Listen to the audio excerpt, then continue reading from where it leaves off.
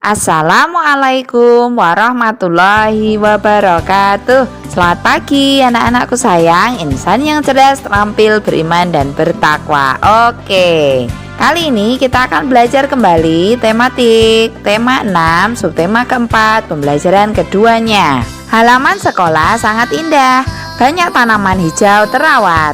Semua siswa wajib menjaga dan merawat tanaman yang ada. Tanaman tidak boleh dirusak dan diinjak.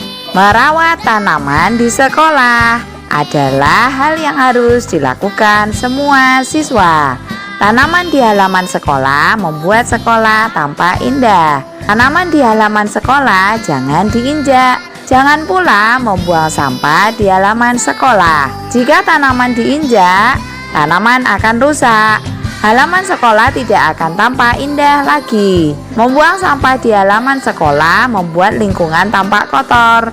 Membuat lingkungan sekolah bersih dan indah adalah kewajiban semua. Bacaan di atas merupakan contoh pentingnya menaati peraturan untuk merawat tanaman sekolah. Bentuklah kelompok yang terdiri atas 3 orang. Bersama dengan teman kelompokmu, jawablah pertanyaan berikut. Apa saja tata tertib untuk merawat tanaman di sekolahmu? Siapakah yang harus menaati tata tertib tersebut? Apa yang terjadi jika kita tidak mematuhi tata tertib tersebut? Buatlah teks percakapan dengan cara sebagai berikut. Pilihlah satu peraturan untuk dibuat percakapan. Buatlah kalimat yang menunjukkan ada anak yang tidak bisa menjalankan tugas sekolah. Contoh, Lani tidak masuk sekolah, padahal dia bertugas menyiram bunga. Teman yang lainnya mengingatkan untuk menggantikan tugas itu. Contoh, ayo kita gantikan tugas Lani menyiram bunga. Berikan pula alasan pentingnya mematuhi peraturan tersebut.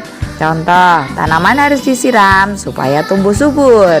Teks percakapan menjadi seperti berikut. Lani tidak masuk sekolah, padahal dia bertugas menyiram bunga. Ayo kita menggantikan tugas Lani. Mengapa kita harus menyiram tanaman? Tanaman harus disiram supaya tumbuh subur. Iko dan Benny berteman baik. Mereka tidak pernah bertengkar dan selalu bermain bersama. Benny suka bermain menjaga keseimbangan. Benny bisa berdiri dengan satu kaki dan kaki yang lainnya menekuk ke depan. Benny bisa berdiri dengan satu kaki dan kaki lainnya menekuk ke belakang. Benny juga bisa berdiri dengan satu kaki dan kaki lainnya menekuk ke samping. Bacalah percakapan Lina dan Dayu dengan nada dan intonasi yang tepat. Dayu, bunga matahari yang kutanam sedang berbunga. Pasti bagus sekali. Bolehkah aku datang melihat? Tentu saja boleh. Siapa yang merawatnya setiap hari, Lina? Aku dan ibuku bergantian menyiramnya setiap hari. Di mana kamu menanamnya? Aku menanamnya di halaman belakang rumahku. Apa saja yang dibutuhkan agar bunga matahari bisa tumbuh?